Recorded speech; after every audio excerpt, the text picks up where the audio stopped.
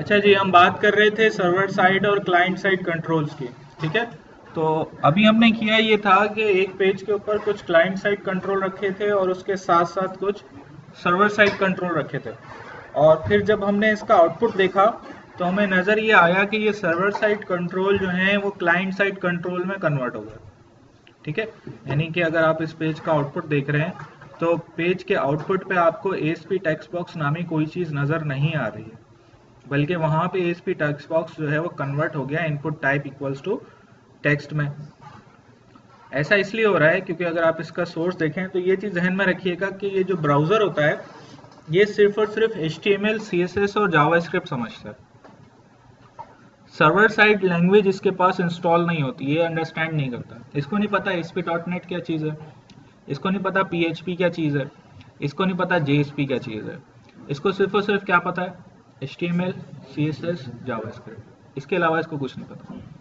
तो इससे बात करने के लिए आपको इन्हीं तीनों में इस तरीकों से बात करनी पड़ेगी। सही है? ठीक है। अच्छा, अब दूसरी चीज़ ये कि इसका मतलब ये है कि हमारे जितने भी सर्वर साइड कंट्रोल हैं वो असल में क्लाइंट साइड में कन्वर्ट होकर ब्राउज़र को मिलते हैं। कब मिलते हैं? जब सर्वर साइड पे रिस्पॉन्स जनरेट होता है।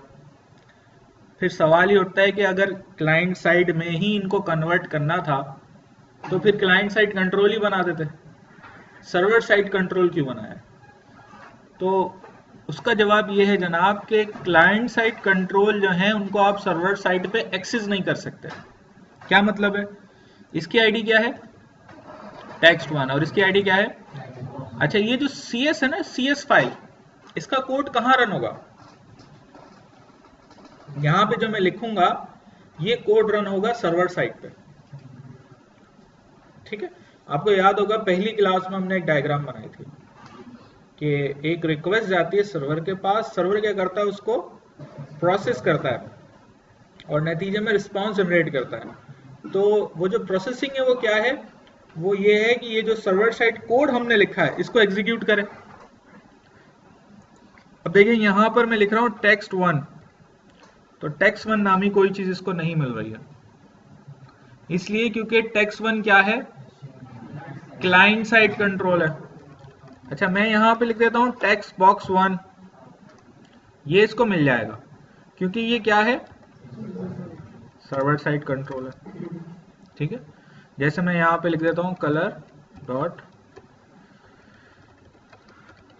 System dot drawing dot colour dot red, ये मैंने C# कोड लिखा है। ठीक है, ये मैंने टेक्स्ट बॉक्स 1 का बैक कलर डिफाइन कर दिया, ये C# कोड है और ये मैंने लिखा है इस फाइल के अंदर जो कि रन होगी सर्वर साइड पे। ठीक है, अब आप अगर इस पेज को रन करके देखेंगे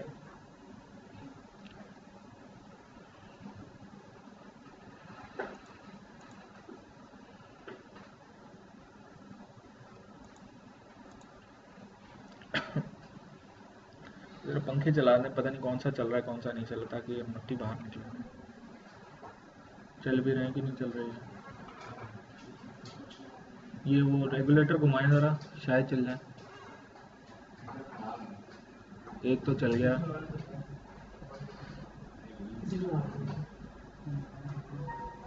नहीं यार AC ना चला। अच्छा, अस्सलाम वालेकुम, ये अल्लाह का शुक्र है। जी बोलिए। जी जी जी जी क्लास है। अच्छा भी, अब ये यहाँ पे जो है वो आप देखें कि सर्वर साइड कंट्रोल जो है उसमें ये वाला जो कंट्रोल है उसका बैकग्राउंड कलर क्या हो गया है? रेड हो गया है। अच्छा, ऐसा क्यों है? अगर आप इसका सोर्स कोड देखेंगे तो सोर्स कोड में देखें यहाँ पे क्या लिखा हुआ है, input type equals to text, ID equals to text box 1, style equals to, ये CSS आ गई यहाँ पर। हमने तो CSS नहीं लिखी थी, हमने क्या लिखा था? C# कोड, लेकिन यहाँ क्या आ गई? CSS। क्यों? क्योंकि ब्राउजर जो है वो CSS ही अंडरस्टैंड करता है। कौन देता है आप बताएं?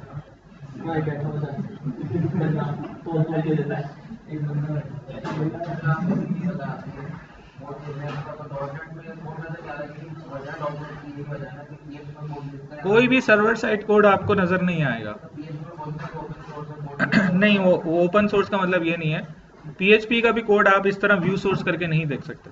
पीएचपी का कोड भी एचटीएमएल सीएसएस में कन्वर्ट होकर आता है, यानी उसका जो इफेक्ट है, सही है। ये अभी ऐसे ऐसे चीज क्लियर हो जाएगी। अभी जो मैं समझाना चाह रहा हूँ ना वो आप समझे, वो मैं आपसे ये समझाना चाह रहा हूँ कि क्लाइंट साइड कंट्रोल को आप सर्वर पे एक्सेस नहीं कर सकते। सर्वर साइड कोड में कौन से कंट्रोल एक्सेस होते हैं? सर्वर साइड कोड में सर्वर साइड कंट्रोल एक्सेस होते हैं, ठीक है, सही है। तो फिर यह सवाल उठता है कि क्लाइंट साइड कंट्रोल क्यों है? इसलिए क्योंकि उन सर्वर साइड कंट्रोल को क्लाइंट में कन्वर्ट करके भिजवाना है, सही है। क्लाइंट साइड कंट्रोल का मकसद सिर्फ और सिर्फ यही है। कहां पर? कौन सी क्लाइंट लैंग्वेज? कौन सी? कहां? ये तो सी शार्प है, यहाँ क्लाइंट साइड थोड़ी यूज होगी, ये तो सी शार्प का कोड लिखा जाएगा। यहाँ पे ना HTML ना CSS ना कोई और चीज यूज हो सकती है, यहाँ पे सी शार्प कोड लिखा जा सकता है। तो थोड़ा सा मुश्किल कॉन्सेप्ट है, पता नहीं क्या आप लोग थोड़े से परेशान हो रहे हैं, लेकिन सिंपल सी बात ये समझ लें कि आप यहाँ पे एक और चीज देखें कि ये जो क्लाइंट साइड कंट्रोल है, अच्छा चलें एक और चीज देखें। और एक और चीज ये है कि मैंने यहाँ पर जो है वो ये सर्वर साइड क्लाइंट साइड और सर्वर साइड कंट्रोल दोनों मेरे पास मौजूद हैं, और मैं आपको ये समझाना चाह रहा हूँ कि ये सर्वर साइड कंट्रोल जो हैं ये असल में हम बनाते इसलिए हैं ताकि सर्वर साइड कोड में इनको एक्सेस कर सकें और इनमें कुछ चेंजेस कर सकें। इनमें जो चेंजेस हम करते हैं by using server side code, वो जब ये सर्वर साइड कोड रेंडर होता है, इस प्रोसेस होता है, तो ये कन्वर्ट दोबारा हो जाता है क्लाइंट साइड कोड में और फिर ब्राउजर को मिल जाता है, ठीक है। अब मैं दोबारा से इस पेज को रन कर रहा हूं, और इस पेज को रन करते वक्त एक और चीज हम यहाँ पे नोट करेंगे, और वो ये नोट करेंगे कि ये मेरे सामने पेज है और मेरे सामने जो है क्लाइंट साइड कोड का भी आउटपुट आ रहा है और सर्वर साइड कोड का भी आ रहा है। अब मैंने यहाँ पे कुछ टेक्स्ट बॉक्स लिखा है, यहाँ पे क्लिक किया और इस बटन पे क्लिक किया, देखिए कुछ भी नहीं हो रहा, क्योंकि ये जो क्लाइंट साइड बटन है इसके इवेंट भी क्लाइंट साइड है, सही है। तो इसकी इवेंट हैंडलिंग भी क्लाइंट साइड लैंग्वेज यानी कि जावास्क्रिप्ट में होगी। अच्छा, ये सर्वर साइड है, ठीक है, और ये सर्वर साइड बटन है। जब इस पर मैं क्लिक करूंगा तो ये पेज जो है वो रिफ्रेश होगा। रिफ्रेश होने से मुराद एक दफा फिर रिक्वेस्ट जाएगी सर्वर के पास और वापस इसी पेज पे हम वापस आएंगे, ठीक है। आपने देखा होगा थोड़ा सा पेज जो है वो रिफ्रेश हुआ। अब यहाँ दो तीन चीजें हमें और नजर आई हैं। पहली चीज तो हमें ये नजर आई कि हम रिफ्रेश होकर इसी पेज पे क्यों वापस आए, सवाल पहला ही उठता है। दूसरा सवाल ये उठ रहा है कि क्लाइंट साइड कंट्रोल खाली हो गए। देखें, पहली चीज तो ये जहन में रख लें, दो कॉन्सेप्ट जहन में रखें। एक चीज होती है पोस्टबैक और एक चीज होती है रीडायरेक्ट। क्या कहा मैंने? एक तो चीज होती है पोस्टबैक और एक चीज होती है रीडायरेक्ट। पोस्टबैक का मतलब है कि आप किसी पेज के ऊपर आकर उसी पेज की रिक्वेस्ट कर दें सर्वर पे, तो जाहिर है फिर रिस्पांस में भी वही पेज वापस आएगा। ये चीज कहलाती है पोस्टबैक, ठीक है। अच्छा, अब ये पोस्टबैक जो है वो अगर आप एक पेज से दूसरे पेज पे जाने की रिक्वेस्ट कर रहे हैं तो ये रीडायरेक्ट है, ठीक है। पहली चीज ये सिंपल समझे। अच्छा, पोस्टबैक जो है ना उसमें आप आते तो उसी पेज पे हैं, लेकिन साथ ही साथ जो कंट्रोल होते हैं ना वो अपनी स्टेट को मेंटेन रखते हैं। अब ये क्या स्टेट को मेंटेन रखने से क्या मुराद है? देखें, ये चीज ध्यान में रखिएगा कि सर्वर जो होता है ना, वो जो सर्वर है वो यूज करता है HTTP protocol, hyper text transfer protocol, और ये जो HTTP होता है ये सेशन लेस प्रोटोकॉल होता है। सेशन लेस प्रोटोकॉल होने से क्या मुराद है? आप 12 बजे सर्वर से कनेक्ट हुए, उसको कुछ रिक्वेस्ट करी आपने, वो आपकी रिक्वेस्ट प्रोसेस करेगा, response according to your request वापस भेज देगा। 12:05 पे आप दोबारा कनेक्ट हुए, उसको नहीं पता कि आप वही हैं जो 5 मिनट पहले आए थे या कोई और है। सही है। वो जो आपकी रिक्वेस्ट आई है उसमें जो आपकी रिक्वेस्ट है उसके हिसाब से रिस्पॉन्स जनरेट करके आपको भेज देगा। आपके लिए कोई अलग से खास बर्ताव नहीं होगा कि आप 5 मिनट पहले आए थे या कुछ होता है। जो रिक्वेस्ट है उसके हिसाब से रिस्पॉन्स जनरेट हो जाएगा। लिहाजा जब हम पोस्ट बैक करते हैं तो पोस्ट बैक करने का मतलब यह है कि उसी पेज पे हम वापस आ रहे हैं। तो सर्वर के लिए बिल्कुल ऐसा ही है जैसे कि वो एक नया पेज बना के भेज रहा है। ठीक है, हालांकि हम वापस उसी पेज पे आ रहे हैं। तो जब सर्वर हमें दोबारा से कोई पेज बना के भेजता है तो ये जहन में रखिएगा कि फिर उन जो भी हमने चीजों पे चेंजेस किए ना, जैसे टेक्स्ट बॉक्स पे कुछ लिखा है या रेडियो बटन पे कुछ लिखा है या चेक बॉक्स पे कुछ लिखा है, तो ये चीजें अगर पेज दोबारा से जनरेट होकर आएगा तो रिफ्रेश हो जाएंगी, खाली हो जाएंगी। तो इसलिए जो है इनकी स्टेट को मेंटेन करने के लिए कुछ टेक्निक्स यूज की जाती हैं जिनको कहा जाता है स्टेट मैनेजमेंट टेक्निक्स। लेकिन वो मैनेजमेंट टेक्निक्स आप सिर्फ सर्वर साइड कंट्रोल पे अप्लाई कर सकते हैं। क्लाइंट साइड कंट्रोल अपनी स्टेट को मेंटेन नहीं कर सकते। क्लाइंट साइड कंट्रोल्स अपनी स्टेट मेंटेन नहीं कर सकते पोस्ट बैक के वक्त। क्या मतलब है? मतलब अभी आपने देखा मैंने यहां कुछ लिखा, यहां चेक किया, बटन पे क्लिक किया, देखें ये रिफ्रेश होते ही ये तीनों खाली हो गए, रिफ्रेश हो जाएंगे। ऐसा इसलिए हो रहा है क्योंकि ये जो क्लाइंट साइड कंट्रोल है ये सर्वर साइड पे एक्सेसिबल ही नहीं है। तो जब ये एक्सेसिबल ही नहीं है तो सर्वर को पता ही नहीं कि पेज पे कोई क्लाइंट साइड कंट्रोल है या नहीं है। मेरी बात समझ में आ रही है? देखिए ये कॉन्सेप्ट क्लियर होना बहुत जरूरी है, क्लाइंट साइड और सर्वर साइड कंट्रोल का। तो ये ध्यान में रखिएगा बात कि क्लाइंट साइड कंट्रोल जो है वो अपनी स्टेट को मेंटेन नहीं करते। अबे यार पहले बात पूरी होने दो, ठीक है, फिर मैं जवाब देता हूं। देखिए क्लाइंट साइड कंट्रोल अपने स्टेट को मेंटेन नहीं करते, सही है, ठीक है। इसलिए क्यों नहीं करते? क्योंकि ये सर्वर पे अवेलेबल ही नहीं होते। सर्वर साइड कंट्रोल करते हैं लेकिन ये खुद नहीं करते। इसके लिए ASP.NET एक टेक्निक यूज करता है और जो मोस्ट कॉमन टेक्निक है वो कहलाती है view state. View state technique क्या है कि आप इस पेज की अगर सोर्स में देखेंगे ना तो यहां पर एक जो है वो हिडन टेक्स्ट बॉक्स है जिसकी टाइप है हिडन, इसका नाम है अंडरस्कोर व्यू स्टेट। इसमें इंक्रिप्टेड डेटा मौजूद है। ये क्या करता है कि जब पेज आपकी रिक्वेस्ट जाती है ना तो ये टेक्स्ट बॉक्स भी साथ में जाता है, इसमें इंक्रिप्टेड फॉर्म में मौजूद है कि किस कंट्रोल की क्या स्टेट है। तो जब ये कंट्रोल दोबारा से जनरेट होते हैं तो इनके अंदर वो स्टेट सर्वर साइड पे दोबारा से फिल होती है। ये ध्यान में रखिएगा कि जब भी आप सर्वर पे जाते हैं और वापस आते हैं तो पेज दोबारा से जनरेट होता है, हर दफा दोबारा से होगा, और फिर जो आपने उसमें लिखा था वो दोबारा से उसमें लिखा जाएगा और फिर वो वापस आएगा। ठीक है, सही है जी। ये तो मतलब हमारे लिए बहुत एफर्ट की बात होगी ना कि हम लोग बार-बार एक चीज को फिल कर रहे हैं। हम क्यों फिल कर रहे हैं? हम थोड़ी फिल करेंगे। तो हमें नहीं करना पड़ेगा ना अगर सर्वर साइड कंट्रोल होंगे तो।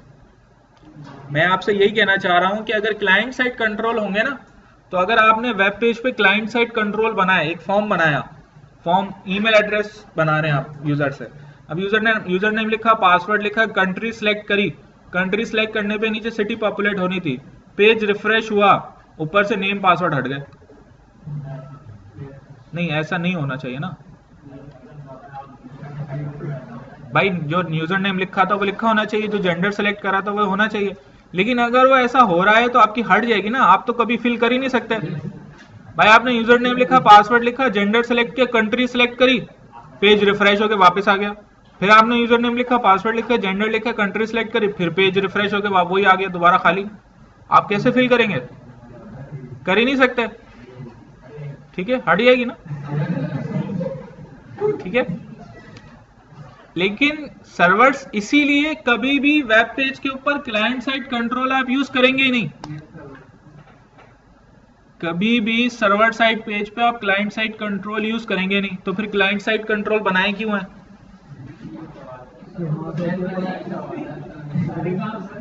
क्लाइंट साइड कंट्रोल इसलिए बनाए ताकि सर्वर साइड उनमें कन्वर्ट होकर ब्राउजर को मिल सके।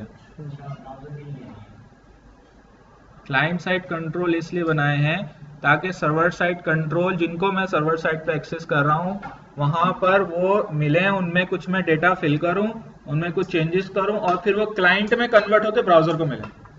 जी नहीं कह रहा हूं, और क्या कह रहा हूं यार एक दफा में समझ नहीं आती बात, 3 दफा बोलना जरूरी है। क्या कह रहे हैं? ये क्या है? ये जो मैं दिखा रहा हूं ये क्या है? ये क्या है? ये क्या है भाई?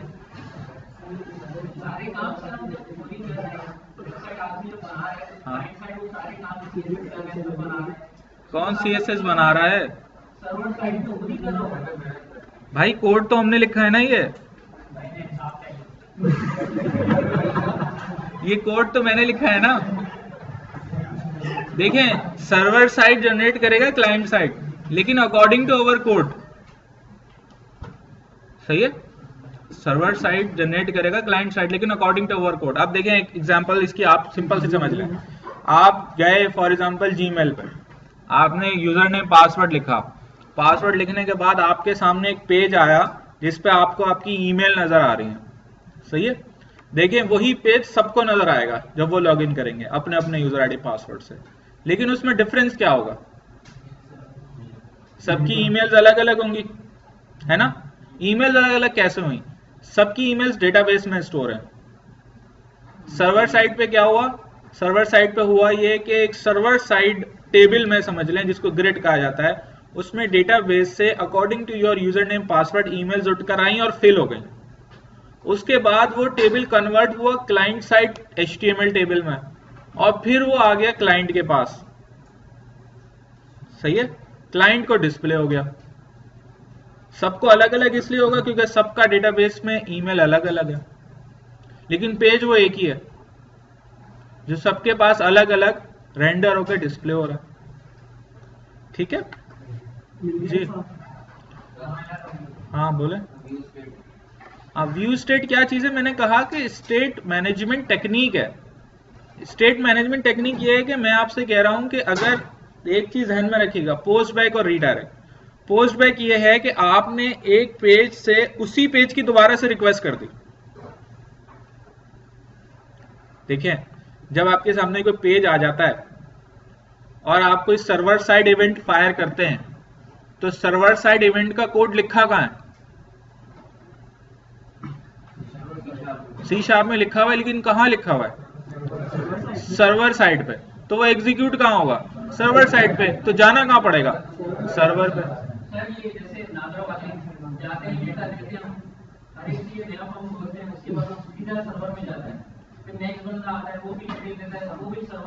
नहीं नहीं नहीं नहीं, उसको देखें, आप बात समझने की कोशिश करें। एक चीज, ये क्लाइंट और सर्वर दो अलग अलग सिस्टम है। आप लोगों के शायद पुराना भूल गए आप लोग, जो मैंने पहली क्लास ली थी उसमें बताया था कि क्लाइंट अलग सिस्टम है, सर्वर अलग सिस्टम है, और दोनों जो हैं वो आपस में इंटरनेट के थ्रू कनेक्टेड है। सही है, सर्वर के जो आपकी वेबसाइट है उसके पेजेस रखे हुए कहां हैं? सर्वर पे। देख कहां रहे हैं आप? क्लाइंट पे। क्लाइंट से पेज की रिक्वेस्ट कर रहे हैं आप। सही है, तो जो रिक्वेस्ट है वो प्रोसेस हो रही है और रिस्पॉन्स मिल रहा है आपको दोबारा से क्लाइंट पे। अब क्लाइंट से आपने रिक्वेस्ट करी उसी पेज की जिस पेज पे आप मौजूद हैं। ठीक है, आप ऐसे नहीं लिखेंगे रिक्वेस्ट दिस पेज, बल्कि आप किसी बटन पे क्लिक करेंगे या कोई ऐसा काम करेंगे जो सर्वर साइड इवेंट फायर करेगा। सर्वर साइड इवेंट का कोड लिखा होगा सर्वर साइड कोड में। सर्वर साइड कोड क्लाइंट पे नहीं होता, वो सर्वर पे होता है। तो आपको सर्वर पे दोबारा से जाना पड़ेगा और फिर वापस आना पड़ेगा। हाँ, अगर एक पेज से उसी पेज पे वापस आए रिक्वेस्ट करके, रिस्पॉन्स करके, और स्टेट को मेंटेन रखें। स्टेट को मेंटेन रखने से मुराद उस पेज में जो कुछ भी लिखा हुआ था वो वैसे का वैसे ही रहे तो वो कहलाता है पोस्ट बैक।